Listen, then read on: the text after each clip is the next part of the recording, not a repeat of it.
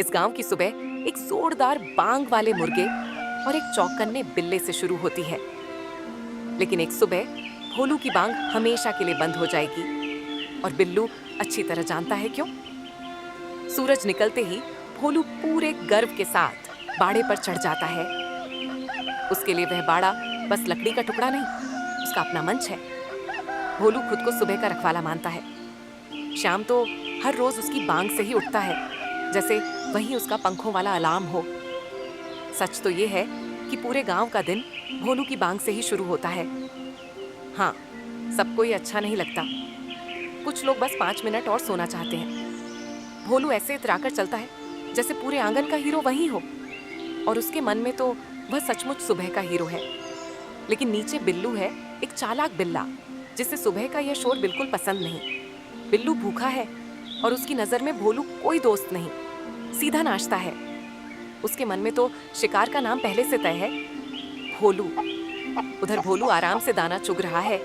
घास में छिपा बिल्लू उसे दिख ही नहीं रहा। बिल्लू को पुरानी डांट अभी तक याद है और वह वही गलती फिर नहीं करना चाहता। इस बार वह पंजा नहीं, पहले चाल चलने वाला है। वह बड़े सलीके से बाहर आता है, जैसे सब कुछ बिल्कुल सामान्य हो।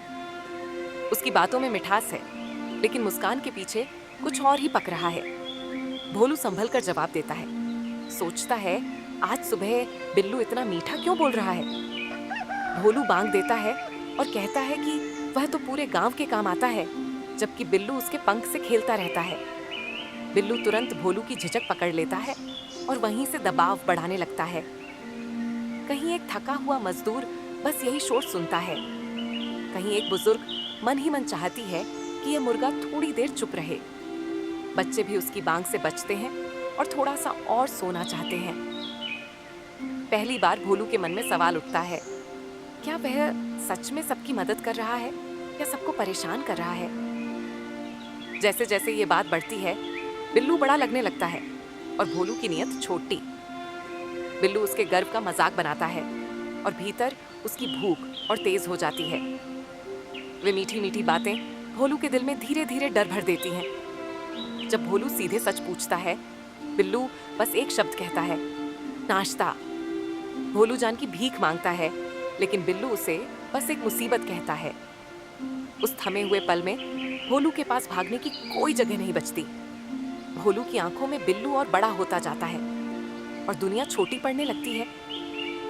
भोलू सच सुनना चाहता है, लेकिन बिल्लू एक अच्छा सा बहाना चुन लेता है। अब खेल खत्म है। बिल्लू झुकता है और छलांग लगाने को तैयार हो जाता है। अगले ही पल बिल्लू झपटता है और सब कुछ एकदम सफेद पड़ जाता है। हमें टक्कर नहीं दिखती, बस हवा में तैरता हुआ एक पंख दिखता है। आंगन में अब सिर्फ चमकते पंख बचे हैं। श्याम बाहर आता है और भोलू को ढूंढने लगता है।